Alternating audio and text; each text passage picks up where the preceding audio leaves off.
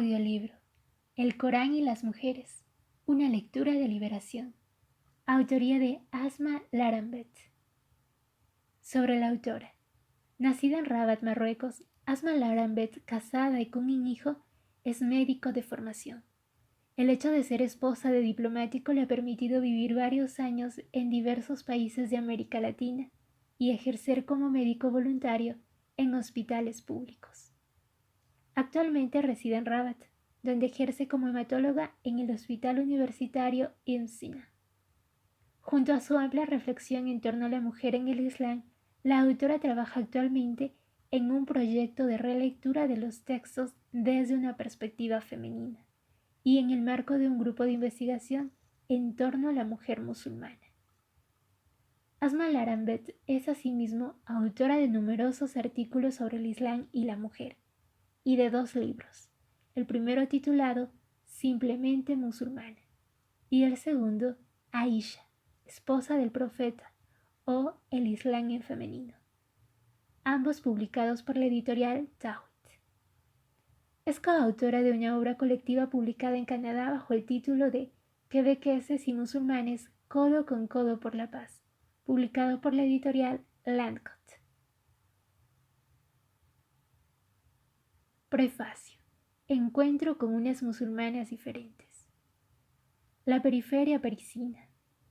Saint-Denis, Sartrouville, Yvelines, barrios que yo no conocía más que de nombre. Un día gris a pesar de estar en primavera. Bloques de viviendas subvencionadas en las que supuestamente generaciones de inmigrantes han progresado. Triste paisaje. Afortunadamente, ese encuentro tuvo lugar, esas sonrisas, el brillo de la esperanza en el cielo gris de Francia, esas mujeres musulmanas, verdaderas resistentes. Me reciben con impaciencia, algo de timidez y un tanto de curiosidad. Para ellas encarno sin duda la otra parte de sí mismas, la de la tierra, la de los orígenes. La otra orilla del Mediterráneo, de donde en realidad todo procede, donde vive ese Islam un poco idealizado, sin duda teniendo en cuenta que está en su hogar. El Islam teóricamente apacible en el que tanto les gustaría vivir en ocasiones, sobre todo en momentos como el actual, en el que uno no se siente a gusto cuando se declara musulmán, y más si cabe, musulmana.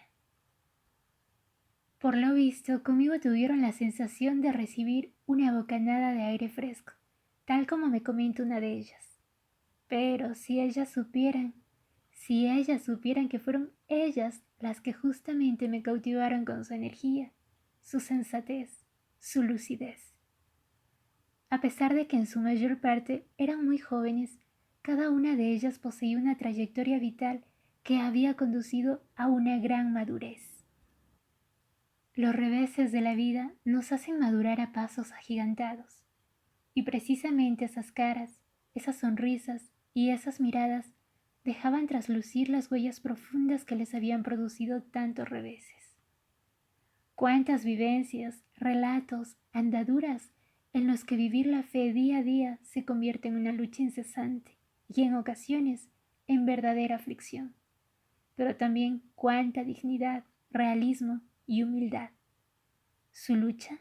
Tienen abiertos todos los frentes, vivir en un entorno cada vez más hostil a su necesidad de espiritualidad, luchar contra todo tipo de discriminaciones, reivindicar el derecho a ser consideradas como ciudadanas o denunciar las políticas de marginalización que la relega a una eterna subcultura. A pesar de los múltiples desafíos, no tiran la toalla, tal como me dice una de ellas. Cada conflicto nos enriquece y esclarece nuestros puntos débiles y debilidades, nos lleva a reflexionar, mejorarnos y nos ayuda a superarnos. Verdaderas luchadoras, buscan sin cesar un equilibrio a pesar de la mirada de los demás, cada día más agresiva. No obstante, es justamente la mirada de los demás lo que les ha permitido en ocasiones llevar a cabo una autocrítica y plantearse de nuevo su espiritualidad. Sueñan con vivir su Islam tranquilamente. Sueñan con una espiritualidad libre y serena. Sin embargo, su vida cotidiana se resume a afrontar una hostilidad creciente respecto a su identidad espiritual. Han aprendido a vivir con su Islam igual que se vive con un sufrimiento crónico, agudo y profundo. Un dolor recurrente al compás de las acusaciones político-mediáticas casi diarias. Ellas, por su parte, sueñan con reformismo, con renovación y con rehacer el mundo, su mundo.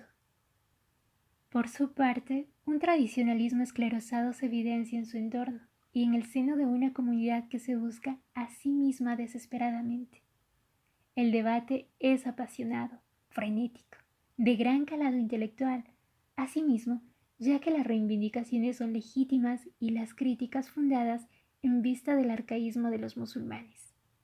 Ellas no pretenden limitarse a sentir el Islam, quieren también reflexionar sobre él.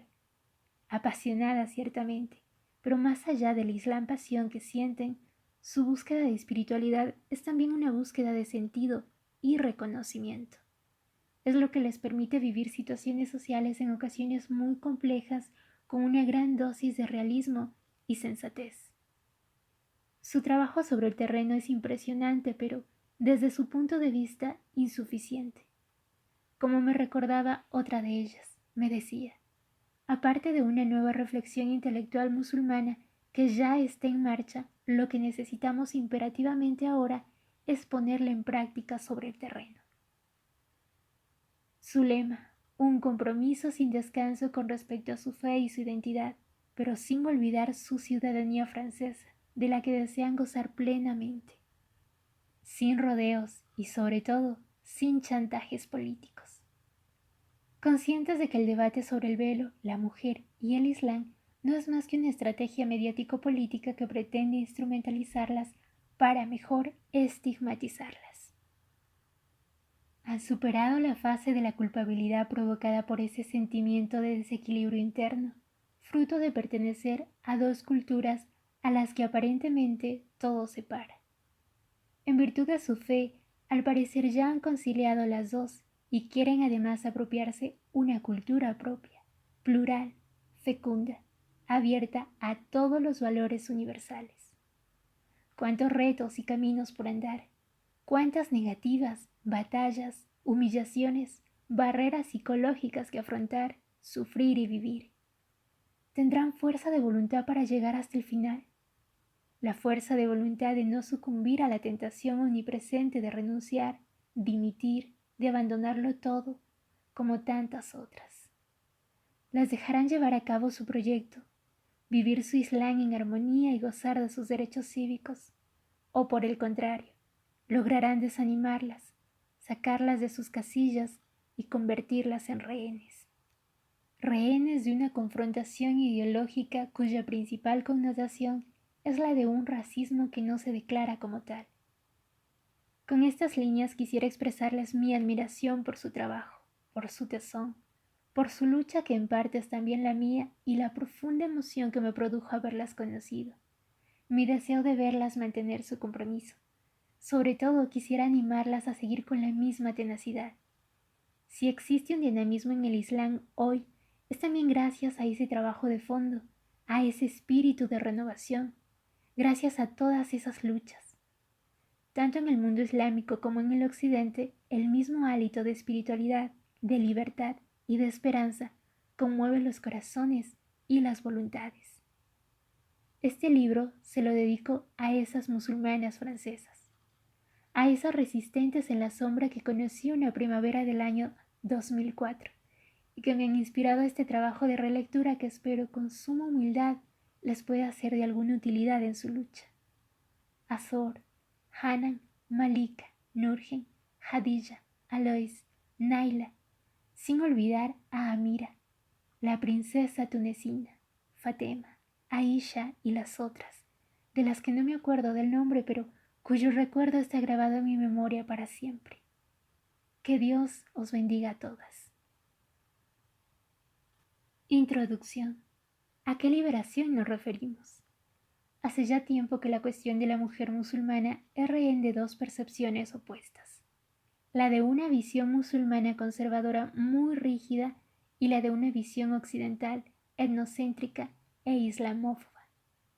Estas dos concepciones son sin duda antagónicas, pero tropiezan con el mismo obstáculo, llevan a un callejón sin salida.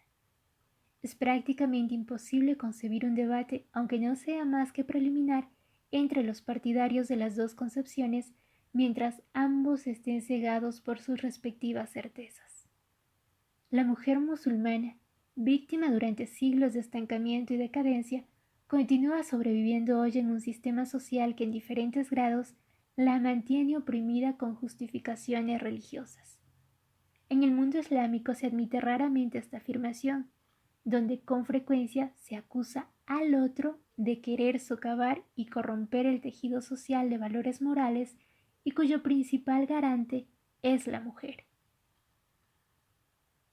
El Islam le ha concedido todos sus derechos a la mujer, la ha honrado, la ha protegido. Este es el discurso preferido de muchos musulmanes, a menudo sinceros, pero cuya argumentación sigue siendo bastante pobre. Un discurso recurrente, siempre a la defensiva, que con el tiempo pierde energía y que además de no convencer, revela más bien un profundo desasosiego. De hecho, es evidente el anacronismo existente entre ese discurso y la vida real, que pretende respetar los valores islámicos y que justifica las peores discriminaciones. Por ejemplo, los crímenes de honor a las bodas impuestas, pasando por una jurisprudencia retrógrada que confina a las mujeres a un estatuto de minoría de edad de por vida. La lista es larga y desgraciadamente avalada por una cierta lectura del Islam. Por otro lado, todo el mundo sabe que el estatuto de la mujer, tal y como se presenta y concibe actualmente en la lectura tradicionalista y mayoritaria del Islam, es una rendija por la que la hegemonía occidental intenta continuamente inmiscuirse con el objeto de desacreditar todo un sistema de pensamiento. El metadiscurso actual sobre la mujer con velo, recluida y oprimida, no es otra cosa que la reproducción continua de la visión orientalista y colonialista que sigue en boga en las representaciones contemporáneas postcoloniales. Ese discurso, siempre acusador, es utilizado como coartada por esas actitudes políticas de dominación cultural y respalda el análisis binario que opone de la forma más natural del mundo el modelo universal de la mujer occidental, entre comillas universal, entre comillas liberada, al de la musulmana oprimida y por tanto que hay que liberar.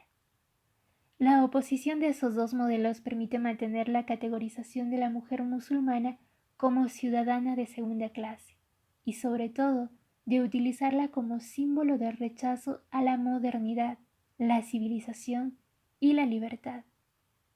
Resulta irónico constatar a través de cierto discurso occidental que se autoproclama liberador y pretende ser universal los signos patentes de un lenguaje paternalista y al que le cuesta poner punto final a una vocación colonialista imbuida de misión civilizadora. Misión civilizadora nuevamente se encuentra entre comillas. Su pretensión final no es liberar a la mujer musulmana, sino ensalzar la liberación occidental y mantener así la relación de fuerzas que permita dominar al otro con más facilidad. No se trata aquí de estigmatizar a Occidente y de acusarlo de todos los males. La contribución de los valores occidentales a lo largo del proceso de modernización del mundo es innegable.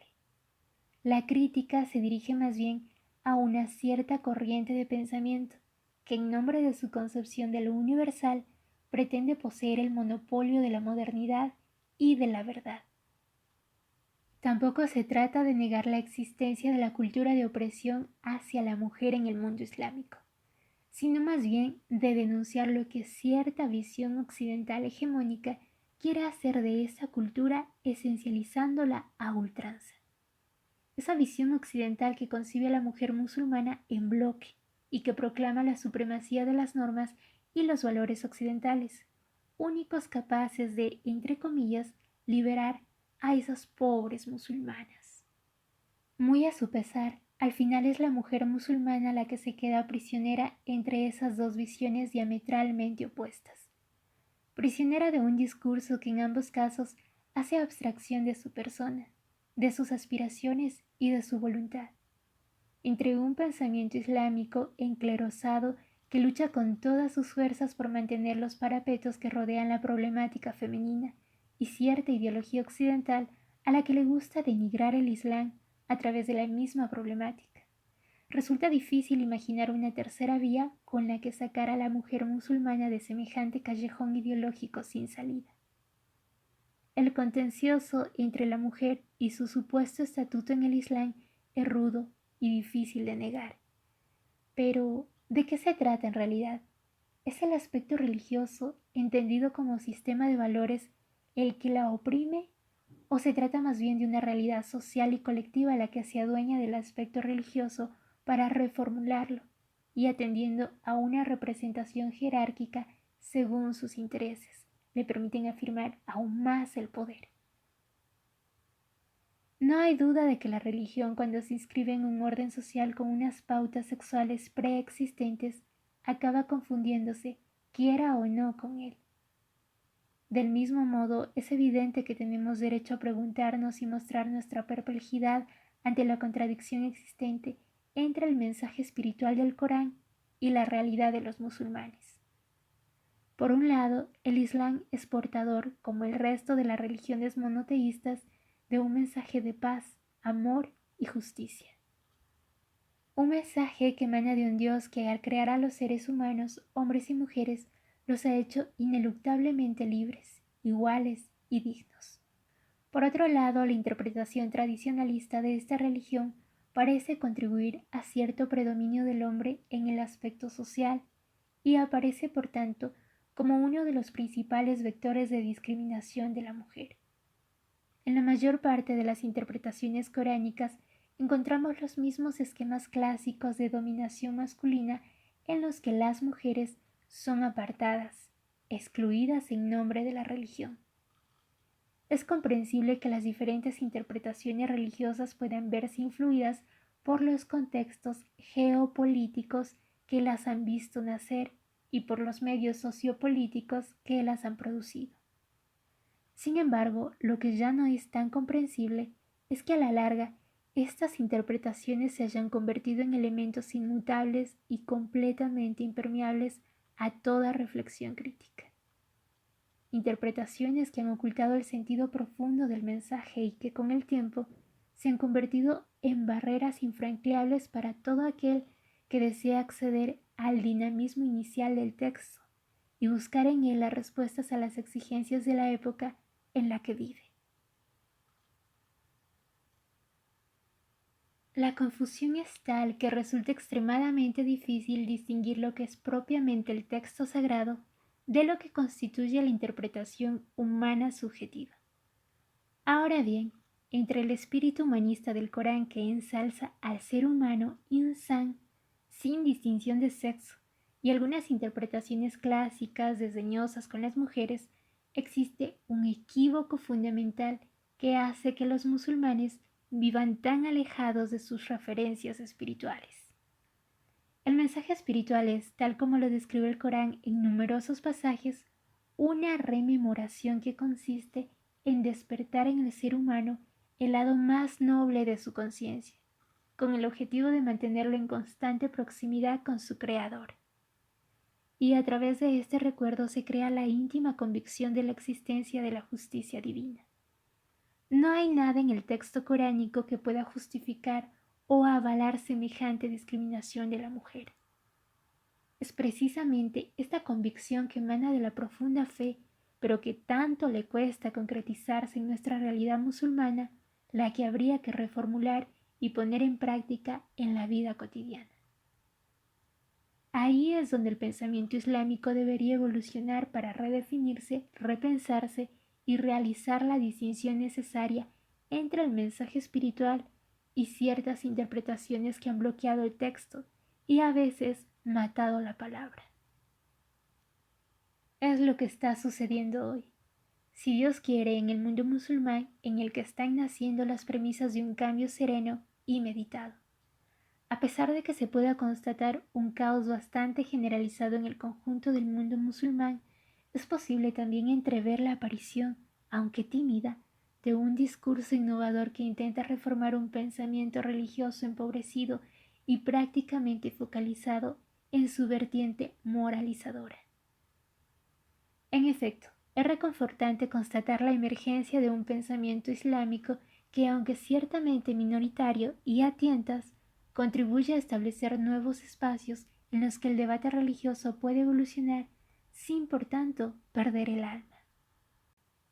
El estatuto de la mujer en el Islam se va definiendo y afirmando paulatinamente en el interior de estas nuevas esferas de reflexión. La cuestión de la mujer en el Islam siempre ha constituido el núcleo del debate, es más, de todos los debates en el mundo islámico.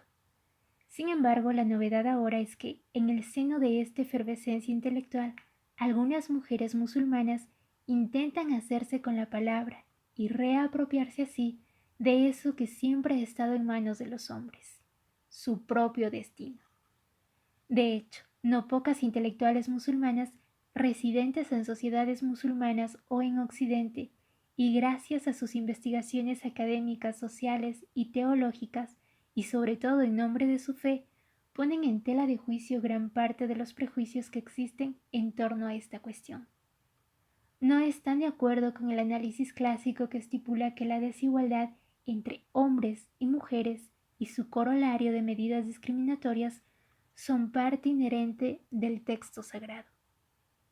Para ello demuestran que en realidad la legitimidad de semejantes desigualdades proviene más bien de ciertas lecturas tendenciosas, avaladas por las costumbres patriarcales. Es importante subrayar que estas nuevas y positivas formas de resistencia surgen de musulmanas, que si bien llevan a cabo una visión crítica de ciertas lecturas religiosas, son creyentes y practicantes. Su visión que se fundamenta y legitima precisamente en su fe. El objetivo consiste también en desmarcarse de una corriente de musulmanas cuyas reivindicaciones de cambio se erigen sin tener en cuenta la referencia religiosa. Esta voluntad de definirse en un contexto extrarreligioso es sin duda respetable, pero resulta lamentable constatar que son generalmente estas musulmanas las que se rebelan contra el supuesto dictado de la religión, las más mediatizadas y escuchadas. En realidad tampoco es tan sorprendente si tenemos en cuenta que la única crítica hoy aceptada, incluso muy esperada en el área occidental, es la que se ejerce contra la tradición islámica. Nota de la autora. No hay más que constatar el éxito de los editores franceses con los testimonios de musulmanas. Los títulos propuestos son ilustrativos de la obsesión de representar a la musulmana como víctima propiciatoria del Islam. Quemada viva de Sowat, casada a la fuerza de Leila, mutilada de Cadi, la mujer lapidada de Sahefhan, desfigurada de Rani Albaz.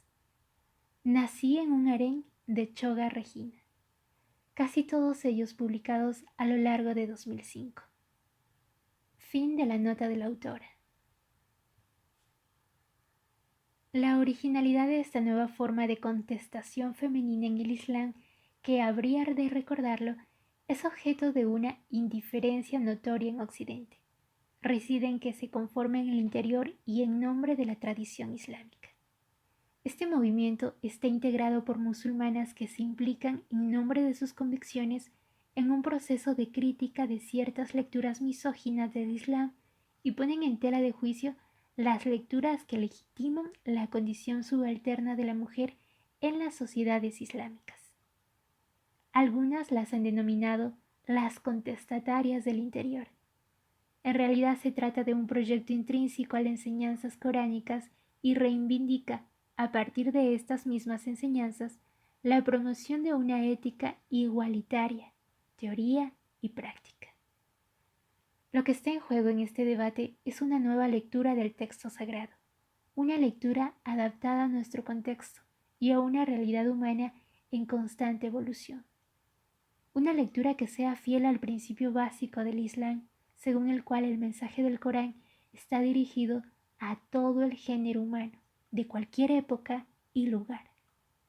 Entonces, cómo contentarse con una exégesis compilada hace siglos y que, en lo que a la mujer se refiere, se ha ceñido a un literalismo lamentable.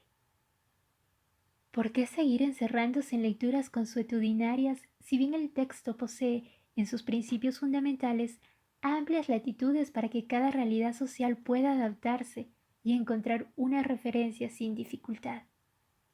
¿Cómo quedarse de brazos cruzados y repetir hasta la saciedad comentarios caducos y obviar la finalidad de un texto que en cada contexto proporciona un sentido a nuestra vida en la tierra? Es triste constatar que en lugar de permanecer fieles a los objetivos del mensaje divino, hemos permanecido fieles a interpretaciones y lecturas humanas que voluntariamente o no han contribuido al desarrollo de una cultura de infravaloración de la mujer que no deja de minar nuestras sociedades musulmanas. En este sentido, una relectura del Corán a partir de una perspectiva femenina reviste suma importancia. Permitirá crear una verdadera dinámica de liberación desde el interior de la esfera islámica, en el sentido de una revalorización del estatuto de la mujer musulmana. De igual modo, esta lectura de liberación permitirá desarrollar una verdadera autonomía y una auténtica identidad femenina islámica con sus derechos y responsabilidades. Hará posible por fin que la mujer vea reconocido su derecho a definirse como parte activa en el proceso de reforma y de reinterpretación religiosa que está en marcha en el mundo musulmán. Como creyente, uno puede cuestionar la aserción según la cual solo los hombres tendrían la autoridad para interpretar lo que Dios ha enunciado en su libro, y preguntarse por qué, a lo largo de toda la historia del Islam, no ha habido una sola exégesis realizada por una mujer musulmana. No se trata de promover una hermenéutica femenina exclusiva que deje de lado 14 siglos de exégesis clásica. La exégesis clásica constituye un rico patrimonio islámico. Su aportación es incluso primordial para llevar a cabo cualquier estudio en profundidad del texto. No se trata, por tanto, de excluir la considerable contribución de esta ciencia en lo que a la comprensión del texto sagrado se refiere, sino de enmendar los prejuicios históricos y las desigualdades transmitidas por una comprensión humana y por tanto discutible del mensaje coránico. Se trata de deconstruir todo un modelo patriarcal de lectura que ha relegado a la mujer a un rincón de la historia islámica, de restituir a la mujer una parte de su memoria amputada. De ningún modo constituye un movimiento que a partir de la perspectiva femenina vaya a enfrentar los hombres a las mujeres según una visión conflictiva. Sin duda, la nueva visión femenina pone en tela de juicio la pretendida superioridad masculina, pero no se plantea en términos de rivalidad. Consiste en una nueva mirada sin duda enriquecedora que tiene en cuenta la experiencia espiritual de las mujeres, eternas ausentes en las referencias islámicas.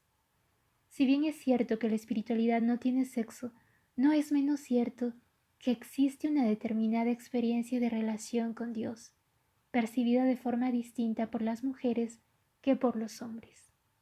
En este sentido, la aportación femenina puede constituir un ingrediente adicional esencial para la experiencia espiritual humana. Es más, el profeta nos enseñó desde el principio a vivir con esa diferencia entre hombres y mujeres como una igualdad en el seno de la fraternidad de Dios.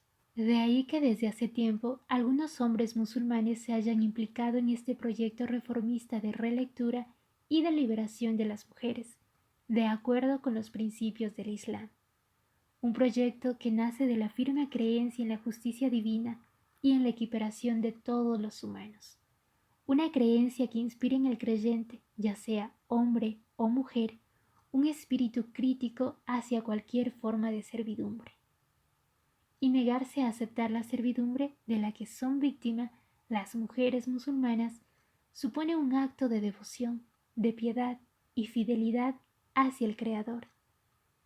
Nos referimos, por tanto, a esta liberación, una liberación femenina que reivindica poder aplacar nuestra sed espiritual en el Corán, palabra divina, eterna y fuente inagotable de fuerza, libertad, y esperanza.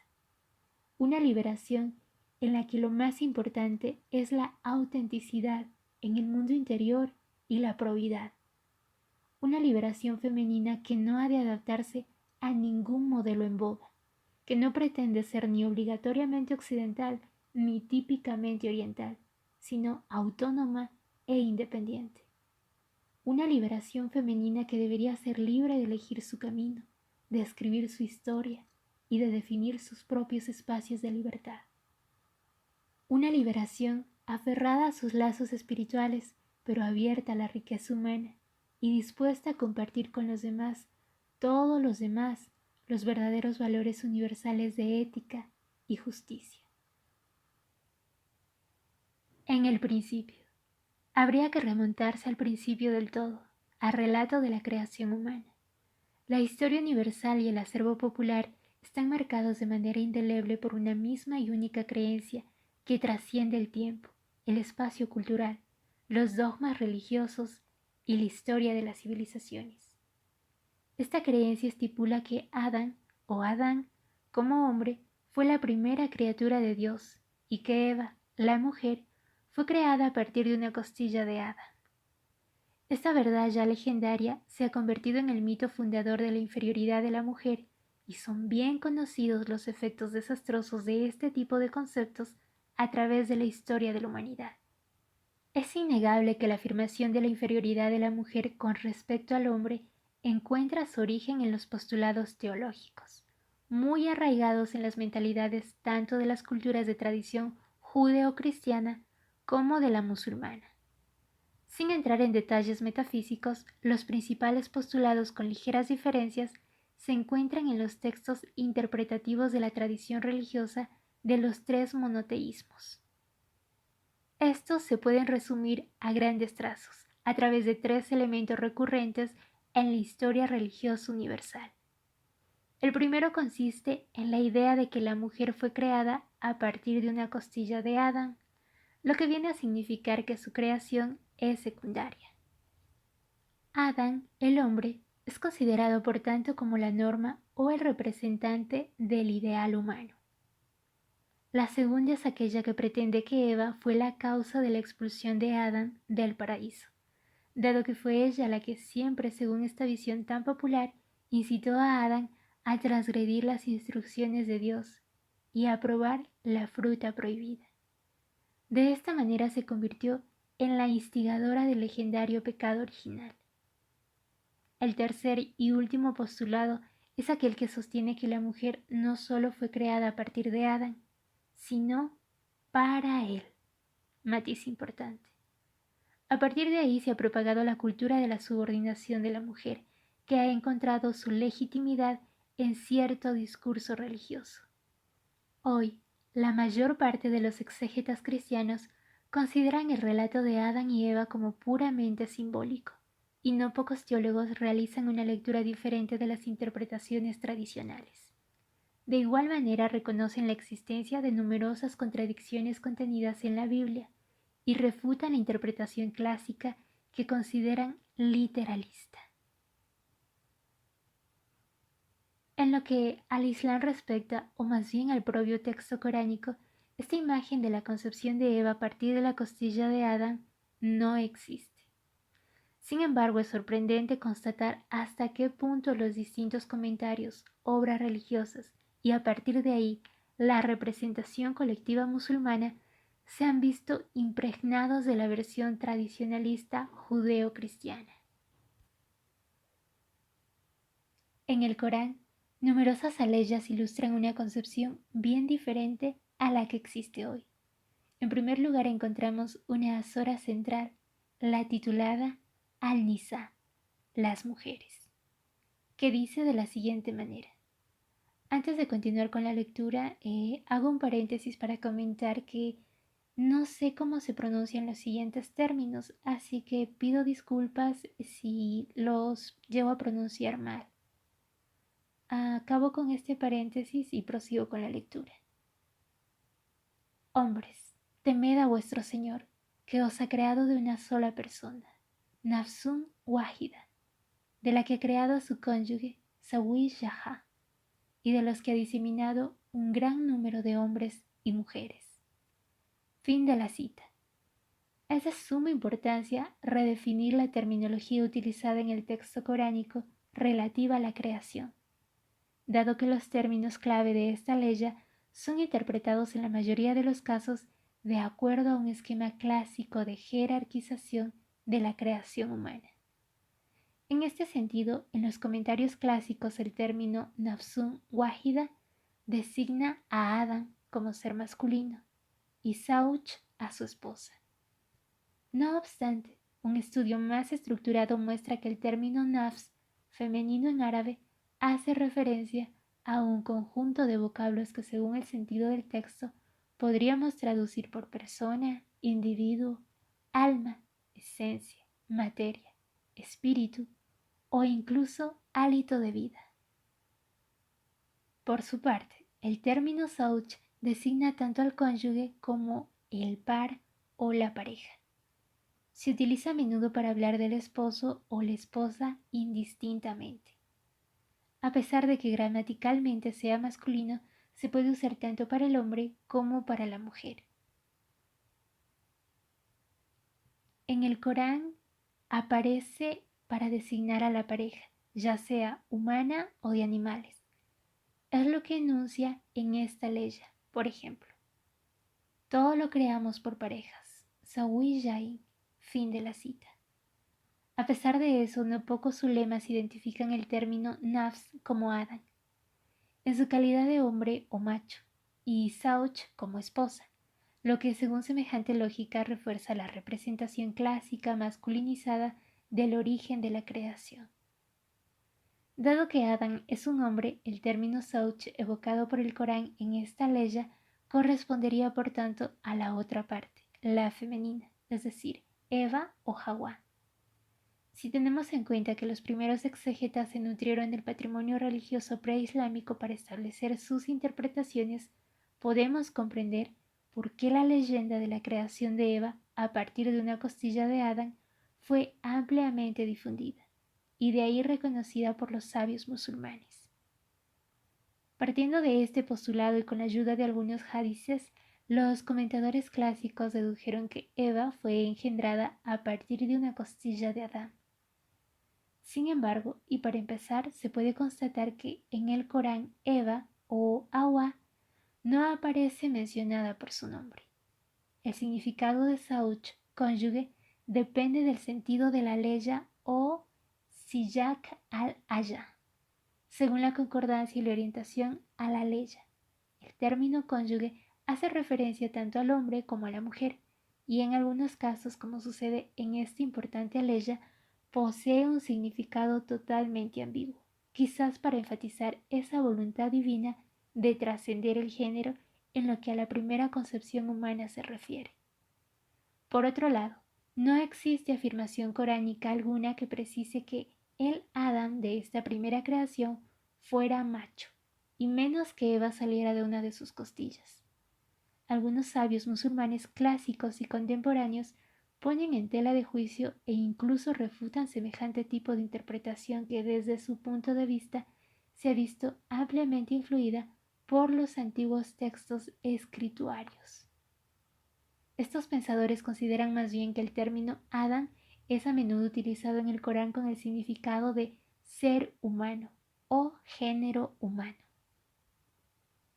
En este sentido, el imán Muhammad Abduh en sus diferentes obras defiende que Adán significa también individuo o persona. Adán, tal y como aparece precisamente en esta ley, designaría a la humanidad en su conjunto, lo que viene a decir que al crear a Adán, Dios creó la especie humana, macho y hembra a la vez, en su forma inicial. Esta lectura calificada de reformista para diferenciarla de la clásica defiende por tanto una procedencia única de la humanidad. Dicho de otra manera, la humanidad en su conjunto proviene de una misma materia y de un mismo origen. Según esta visión reformista, el objetivo de la ley al describir la creación sería el de confinar la igualdad humana original en cualquiera de sus aspectos. Contrariamente a la lectura clásica que traduce los términos de nafs por hombre o Adán y el de Sauch por Eva o la primera mujer, para los reformistas estos términos significan la esencia del origen y cónyuge respectivamente. Esta concepción corrobora la idea de una igualdad humana total, independientemente del sexo o la raza. La humanidad habría sido por tanto creada a partir de esa entidad primera o verdad primera, como la definió Mohamed Abduh, quien por su interpretación singular se distingue de los comentadores clásicos. De hecho, el imán Abduh ha aceptado dos versiones bastante parecidas de ese nafs wáhida, aquella que pretende que esa primera entidad engloba a los dos sexos, macho y hembra, que evoluciona hasta dar lugar a los dos cónyuges y a partir de ahí a todos los hombres y todas las mujeres. La otra versión considera que nada en el Corán impide pensar que ese nafs primero sea de esencia femenina, lo que desde su punto de vista se encuentra corroborado por el hecho de que el término nafs está en femenino y sauch en masculino. Esto deja sobreentender el esposo, dado que en otra ley ya se afirma, para que Zawjaha, su esposo, encuentre quietud en ella, nafs. De ahí el imán Abduh justifica el título de la sora, inaugurada por esta ley, como la sora de Al-Nisa, o las mujeres. He aquí un bello ejemplo de lectura femenina. Es evidente que a la luz de lo que algunos comentaristas actuales han deducido y sin olvidar la lectura profunda que caracteriza a todo texto sagrado, podríamos afirmar sin asumir muchos riesgos que en la versión coránica la creación humana no aparece definida sexualmente y que el Corán utiliza indistintamente términos e imágenes femeninas y masculinas con el objeto de describir la creación a partir de un único origen y sustancia. En numerosos pasajes del Corán queda implícito que la creación original de Dios era la humanidad, sin especificar hombres ni mujeres. Se podría deducir, por tanto, que Dios creó el hombre y la mujer simultáneamente de una misma sustancia, y que estos dos seres humanos pasaron a constituir los componentes sexuados de una misma y única realidad. Esta es una de las ilustraciones de la noción de dualismo de la creación que aparece mencionada en múltiples ocasiones en el Corán. Dice: todo lo creamos por parejas, quizás así os dejéis amonestar. Fin de la cita. De hecho, el hombre y la mujer, en su calidad de par o pareja, van a afirmar el principio fundamental del Corán. El Creador es uno, mientras que toda la creación está constituida en pares. Y quien dice par, dice igualdad desde cualquier punto de vista. Esta lectura reformista de la creación humana parece ser la más próxima del mensaje coránico, que defiende la igualdad y la equidad humana. Podemos observar también que todo el relato de la creación de la humanidad gira en torno al concepto central de la unicidad o tajwid, que es la esencia misma de la espiritualidad musulmana. Sin embargo, es preciso reconocer que numerosos exégetas clásicos invocan algunos hadices a la hora de hablar de la mujer en general, con el objetivo de restringir más o menos el sentido del texto, en particular lo relacionado con la creación, y deducir una concepción particular, esto es, la de una creación subalterna de la mujer, lo que desgraciadamente lleva a justificar religiosamente cierta inferioridad estructural de la mujer. Al parecer existieron tres versiones más o menos semejantes del hadiz que se toma como referencia a la hora de interpretar la aleya sobre la creación. Un hadiz en el que el profeta describe a la mujer como concebida a partir de una costilla desviada y que no habría que forzar para no romperla. Fin de la cita. Hadith recogido por Abu Huraira en Sahih Bukhari y Sahih Muslim. El estudio de la tradición profética expone que este hadiz fue formulado en el marco de un conjunto de recomendaciones relativas a las relaciones entre hombres y mujeres, y según las cuales el profeta incitaba a los hombres a tratar a las mujeres con amabilidad y dulzura. La semejanza de estos hadices con la historia de Adán y Eva en la tradición bíblica lleva a estos sabios a deducir que Eva fue engendrada a partir de una de las costillas de Adán.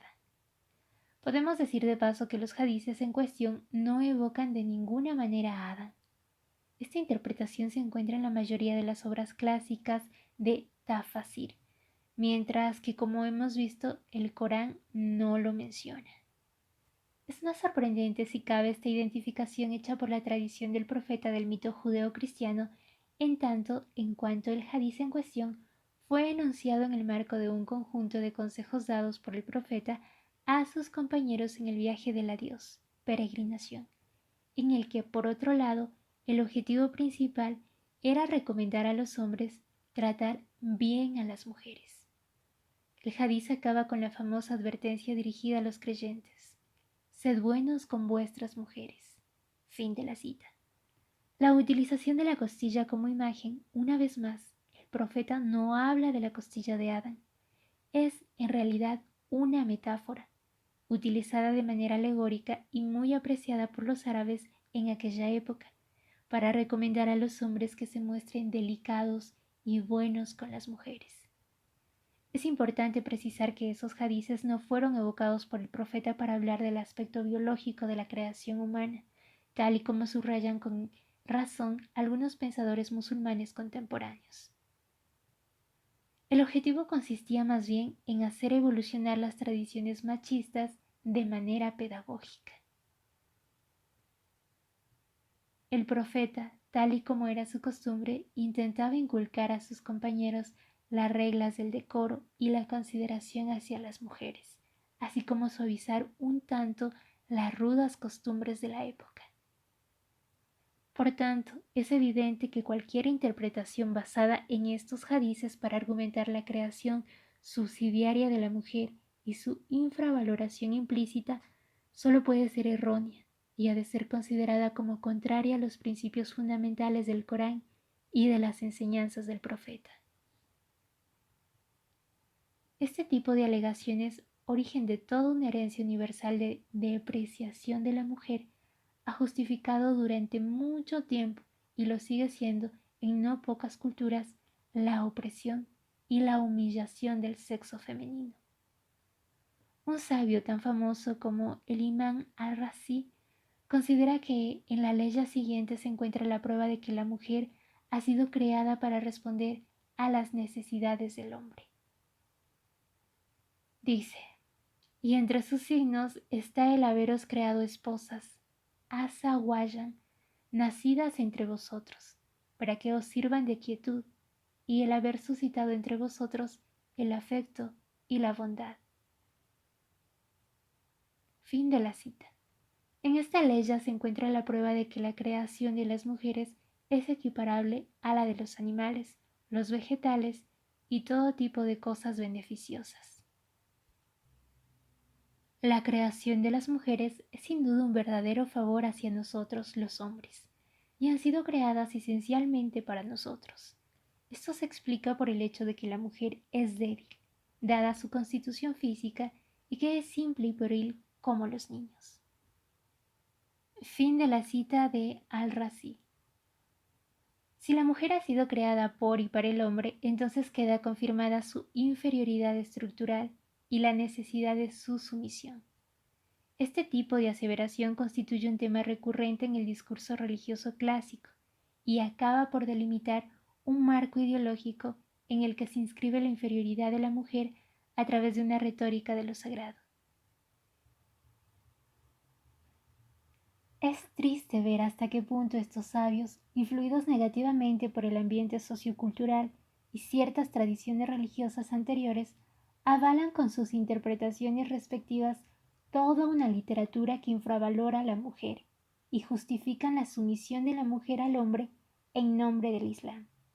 A partir de ahí podemos comprender cómo la argumentación religiosa que legitima la subordinación de las mujeres nace a partir de este tipo de interpretaciones coránicas, unas interpretaciones que con el tiempo han sido consideradas como parte integrante del dogma y otorgan, por tanto, una posición secundaria al propio Corán.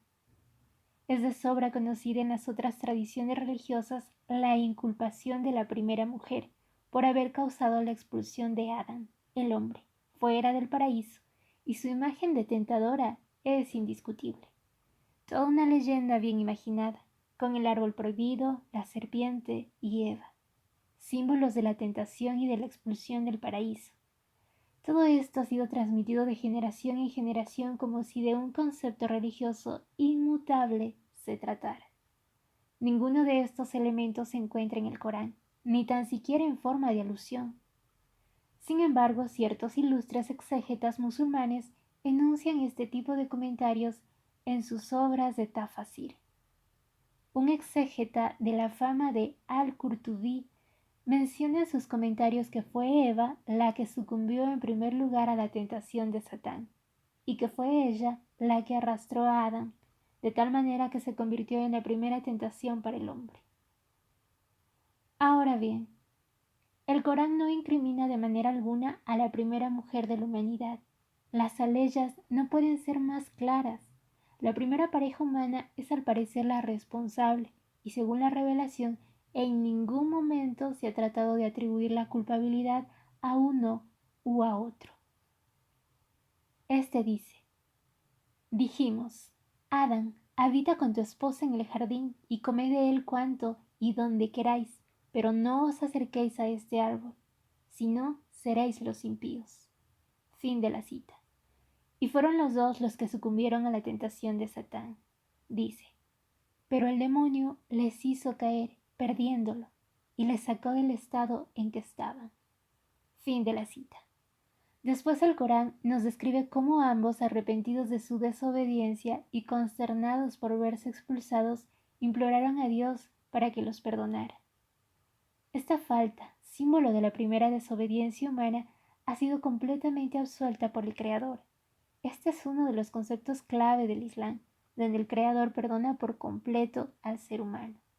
No hay huella, por tanto, del famoso pecado original con el que se carga a toda la humanidad eternamente, según la tradición cristiana. Según la visión musulmana, el árbol prohibido es un símbolo con el que poner a prueba a la primera pareja humana, Adán y Eva. Ante su clarividencia, lucidez y arrepentimiento, Alá los perdona.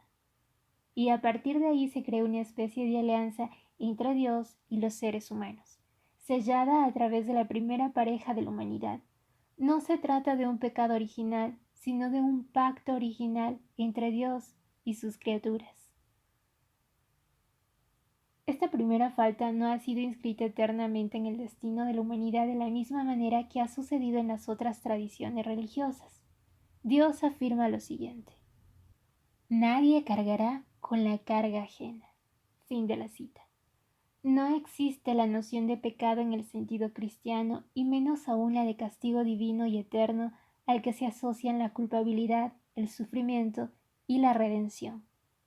La historia de Adán y Eva, tal y como ha sido interpretada en la tradición bíblica y por extensión en las otras tradiciones religiosas, no es compartida por el texto coránico. De hecho, el Corán, al trazar la creación de sus primeros seres humanos, describe lo que podríamos designar como la primera experiencia humana común, simbolizada por esas dos primeras criaturas.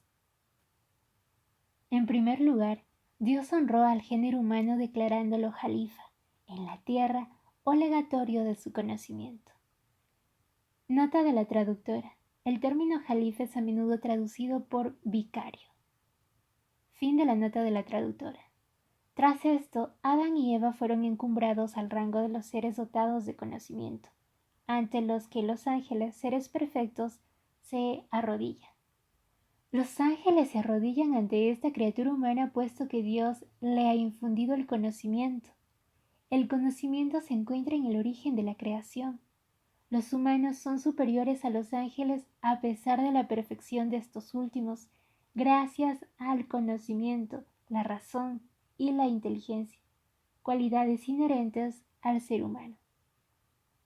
La prosternación de los ángeles ante el ser humano es la revelación de la humanidad en todo su esplendor, tal y como ha afirmado el gran pensador iraní Ali Shariati. Esos dos seres creados por Dios vivieron su primera prueba humana en el paraíso, cuando infringieron la orden divina, dada justamente su debilidad, su imperfección, en una palabra, su humanidad. Fue la primera experiencia humana de libertad, la primera incertidumbre humana, la primera duda y también la primera lección de humildad. A pesar de su superioridad, sobre todo con respecto a los ángeles que se posternan ante su conocimiento, los seres humanos no son infalibles. El Corán nos ofrece una bella imagen de la experiencia humana en la vida corriente. La primera pareja de la humanidad vivirá esta primera prueba en perfecta comunión. El primer hombre y la primera mujer, estrechamente ligados, iniciaron juntos el desafío de la vida. El Corán describe de una manera armoniosa sus temores y alegrías, su desobediencia y sus esperanzas, sin diferenciarse jamás el uno del otro, y menos aún denigrar a uno con respecto al otro. Juntos transgredieron la orden, y juntos se arrepintieron, y juntos emprendieron su nueva andadura. Un bello ejemplo de la prueba, la paciencia, el arrepentimiento y la esperanza, donde el retorno hacia Dios es siempre liberador. Un relato de la experiencia humana a la vez eterna y renovada sin cesar.